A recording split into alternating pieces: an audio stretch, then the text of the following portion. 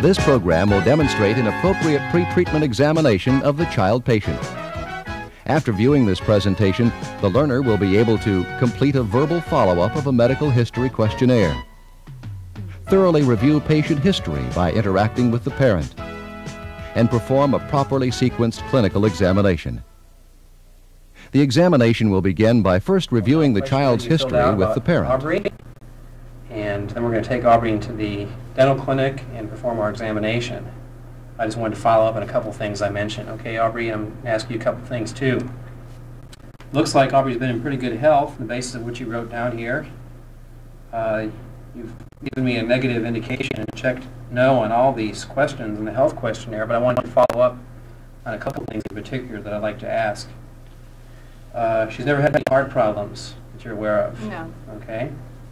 Has she ever been hospitalized? No, never been hospitalized. Okay. Have you ever had to take her to the hospital to the emergency room or anything like that for an injury? No, never had. Never fallen down? Had any problems like that? You've been pretty fortunate and real healthy, it looks like, right? Okay. And she doesn't have any problems with her liver? None. Or her lungs? Doesn't have any allergies that you're aware of? When she was smaller, she had a milk allergy. Uh-huh. We think she outgrew that. Okay. No problems associated with that at this point? No, and she doesn't have any allergies to drugs that we're aware of. Okay. Has she ever taken penicillin before for anything?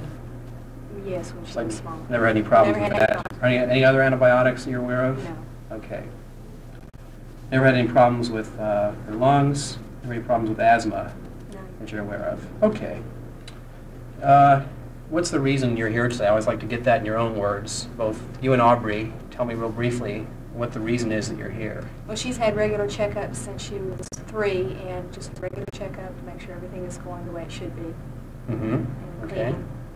What's your idea of why you're here today, Aubrey? Same thing. Okay. We're just going to get some information today, and we're probably not going to do much of anything except look at you today after we get done talking to you and your mom. All right? When she was younger, she went to the dentist regularly. Mm-hmm. And when did she start going to the dentist? When she was 3. Okay. And has gone, as you mentioned? Every 6 months since then. We've kept real regular checkups on her. Great. Any problems, dental-wise, that you're aware of? None. Okay. Great. I was just noticing here that you live in the south, it looks like to me it's in the southwest part of Houston. Okay. Our indications are that there is no fluoride in the water, in this water supply there. Do you recall if the area you lived in Dallas had fluoride in the drinking water? Do you know? No. I know Dallas is fluoridated as a whole, but you lived in a suburb of Dallas. Okay. We're going to need to get a sample of your drinking water so we can assess to determine the level of fluoride in the water prior to the next visit. If you can, I'll give you a plastic container to put that in. Okay, during next time, and then we can determine if we need to have any supplementation of your of the fluoride for Aubrey based on the assessment of how much in the water. You don't drink much water anyway. Well, that'll come into play in our consideration of how much fluoride you need. Glad to have known that. Okay, and how about Aubrey's diet? Do you eat pretty much everything, or foods don't you like? I don't like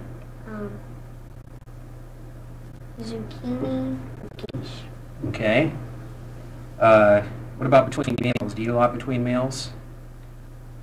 Okay. How do you take care of your teeth? I'll ask you first, Aubrey. I brush them How often do you brush them? every night before I go to bed and after dinner, Mm-hmm. and in the morning when I wake up. Okay. What do you brush them with? Close up. Okay. About how much time do you spend brushing your teeth? 2 minutes. Okay. Count it next time. You can tell me how long it really is next time. Does Mom help you take care of your teeth at all, or do you do it all by yourself? I do it all by myself. You think you do a pretty good job? Great. That's the most important thing, it's what you do at home, not what we do here. And we're glad to hear that we have somebody who really cares about this. Okay, I think that's about all I wanted to find out from you today before we go do our examination in the clinic. Is there anything else significant that you think I should be aware of? Not that I'm aware of right now. Okay. Perhaps I may question you further once we've performed our clinical examination to see if there's anything else that I've discovered in the base of the exam I need to ask you more questions about. And Aubrey, I can talk to her, and then we'll bring Aubrey in by herself And then we'll come back out and let you know what we found, okay? The details of how to examine a child can be found in your text and other resource materials. Today we will basically just go through the order in which the examination should be performed. It is very important that every time we do an examination on our patient that we follow the same sequential order, because so many of these conditions which we are looking for occur so rarely. If we don't go in the same order, we're apt to miss the one time when we do elicit a certain type of condition for which we are looking. The first part of our examination, our collection of information on our patient, will be to look at the skin and all the other extraoral soft tissues in which we are interested. I'm going to look at the neck for texture and color of the skin and continuity of all the various areas here. Aubrey's got a real pretty looking face and real nice texture to her skin. Can you open your mouth for me just a little bit and close about halfway? That's excellent. After we've looked at the skin around here, we can then examine the lymph nodes in the neck just by some gentle palpation on the cervical chain and the neck itself. And also, can you close just a little bit more? Excellent. I'm now going to examine the area underneath the chin, palpating the lymph nodes extraorally beneath the mandible. Okay, that's great. I will next examine Aubrey's lips. First, we're going to look at the lips, and I'm just going to feel them gently for their texture. And she has a little bit of dryness. And do you use any kind of Vaseline or anything on your lips? Sunblock. Sunblock, like chapstick Yeah. we were talking about? Okay. And we can talk to our patient if we feel they might need to use something like that. I'm also going to feel the lips to determine if there's any kind of unusual lumps or lesions in the area of the lower and in the upper lip. Open real big for me. At this point, I can use bimanual palpation. We've already looked at the lymph nodes extraorally, and I can touch. That's going to press a little bit. Is that all right? Okay. I can touch on the floor of the mouth, and at the same time, I can touch extraorally, and I can just feel for any unusual kinds of things in the floor of the mouth area. That's great. Okay, at this point we've completed the examination of the extraoral soft tissues and the lymph nodes by bimanual palpation. We can now begin the examination of the intraoral soft tissues. First thing we will do in examining the soft tissues of the inside the oral cavity is to make a general assessment of the appearance of the mucosa as a whole. I'm going to ask Aubrey to open real big for me here. That's excellent. I'm going to look around at all the soft tissues, all the mucosa of the inside the oral cavity, and make an assessment of a notation of the color. See if we have a nice continuous pink color, and of the texture of the tissue, to see if we have a continuous appearance, to see if we have the same kind of appearance on both sides of the oral cavity in each area. At this point, after I've made an assessment of the general appearance of the mucosa, I will then examine Aubrey's tongue. I'll ask her to stick her tongue out for me. That's great. And I'll use this 2x2 gauze just to grab the tongue gently and move it to one side, and I can then look underneath the tongue and see the ventral surface. Again, looking for color, texture, and any unusual kinds of appearing things in that area. I can move the tongue to the other side then and look for the same thing on the other side of the tongue. You can go ahead and put your tongue back in now. That's great. Okay. Open real big for me now. And I'm going to look on the floor of the mouth. We've already examined the lymph nodes, or the tissue in general, beneath the tongue. At this point, I'm going to just examine the area beneath the tongue and the floor of the mouth, again for color and for texture of the area. And everything looks great down there. Now for examining the palate of Aubrey, I'm going to use my mirror, and with the mirror here, I can look around at the color of the palate, at the texture, and the details of this and what we're looking for, again, you can find in your other resources, but again, it's the order here that we're interested in. And I don't see anything terribly unusual there, so we can go on to the next part of our examination, which is to examine the oropharynx. For this, I will dry my mirror off. Okay, open real big for me, and stick your tongue out. Excellent. And I can look in there and I can see the tonsils and I can see the posterior pharyngeal wall. I'm looking at those tonsils to see the size of the tonsils, to see the texture of the appearance of the mucosa of the tonsils, and to see if there's any evidence of inflammation in the tonsils or in the posterior pharyngeal area. I've examined the oropharynx. I will now go on with the gingiva. I'll examine both the attached gingiva. Can you bite together for me, please? That's excellent. Bite in your back teeth. Open, open, and close. Bite in your back teeth. Open, and bite. Okay. I've asked my patient to close her teeth together, and I can see that her tissue looks nice and healthy.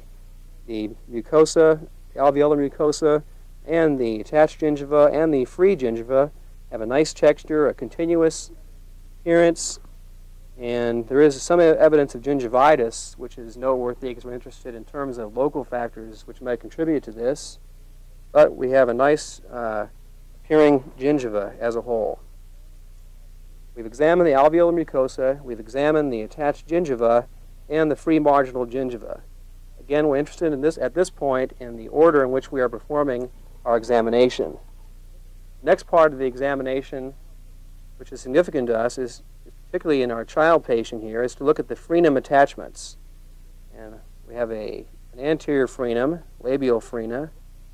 We have frena in the posterior areas, and we can pull the lips out and examine the attachments of these frena. These frena are important for various reasons, which you'll discover through your various other readings.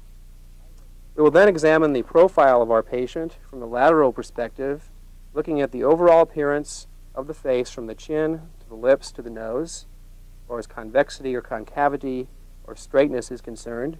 We will examine the mandibular plane angle to determine an overall sort of subjective skeletal profile type of appearance. Then we'll ask our patient to open her mouth and bite again like she did before. That's fantastic. Keep your teeth together. At this point, we can look directly or use our mirror, and we can make an assessment of the molar relationship. And Aubrey's got a class 1 molar relationship on the left and a class 2 molar relationship on the right. We can then look at the canine relationship, and she has a class 1 relationship on the left. And it looks like close to an end-to-end, but we're going to call it a class 1 on the right. She also has, if we look at the overbite and overjet, an overbite of approximately 50%, looking at it perpendicular to the position of the incisor. We can then call the overjet. We can measure with our periodontal probe, or we can make an assessment subjectively. In this case, I'm going to say Aubrey has an overjet of about 4 millimeters. We can then make an overall assessment at this point, a subjective assessment of what we think the arch space, if the arch space is adequate, if it's going to be deficient, how deficient it will be. This is merely a determination of whether a space analysis is indicated or not. Our thorough assessment will be done at the time of performing the analysis of space with the study models. We can then go through Aubrey's mouth and look at the plaque accumulation. She doesn't have much because she brushed her teeth real well before she came in here. But I can ask her to open her mouth for me, and I can go through, and again, we've looked at the soft tissues and made an assessment and an indication of what information is valuable to us from those areas. Now we can quickly look at all the teeth and then make an individual assessment of all our findings on each of the teeth in Aubrey's mouth. I begin with the maxillary right quadrant, again following the same sequential order. Once we get to the area of examining the teeth, if you follow the same order there, you're less likely to miss an area as well. I'm going through from the maxillary right to the midline, over to the maxillary left. I'm not going to discuss each of her teeth in detail, although she's got beautiful teeth. But we will then go down to the mandibular left, finally to the mandibular central area, and the mandibular right posterior area. During the assessment of the teeth, we have looked at the individual teeth, assessing carious lesions, making an assessment of any other appearance on the teeth, any other findings, and anything else that might be significant, perhaps if the teeth are missing or if they are mobile. All this information needs to be collected and recorded in our chart. When we're completed with the examination, we would also like to record some type of assessment of our patient's behavior. Obviously, Aubrey is a wonderful patient for us, but it's important for our records to make an assessment of our subjective determination of the patient's behavior during the initial examination. This will be valuable in further examinations and treatment episodes. We have now completed the information collection phase from the clinical examination. At this point, we are now able to determine what radiographs will be necessary for our patient and to pursue the other aspects of the total workup of our pediatric dental patient. In review, the historical and clinical components of the pretreatment information gathering process with a child patient has been covered. The historical information includes identifying the chief complaint, reviewing medical history, fluoride history, and dental history. Clinical information gathering involves extraoral and intraoral soft tissue examination, occlusion assessment, dental examination, and behavior assessment. Diagnosis is premised on an accurate and complete collection of information and a thorough understanding of the patient.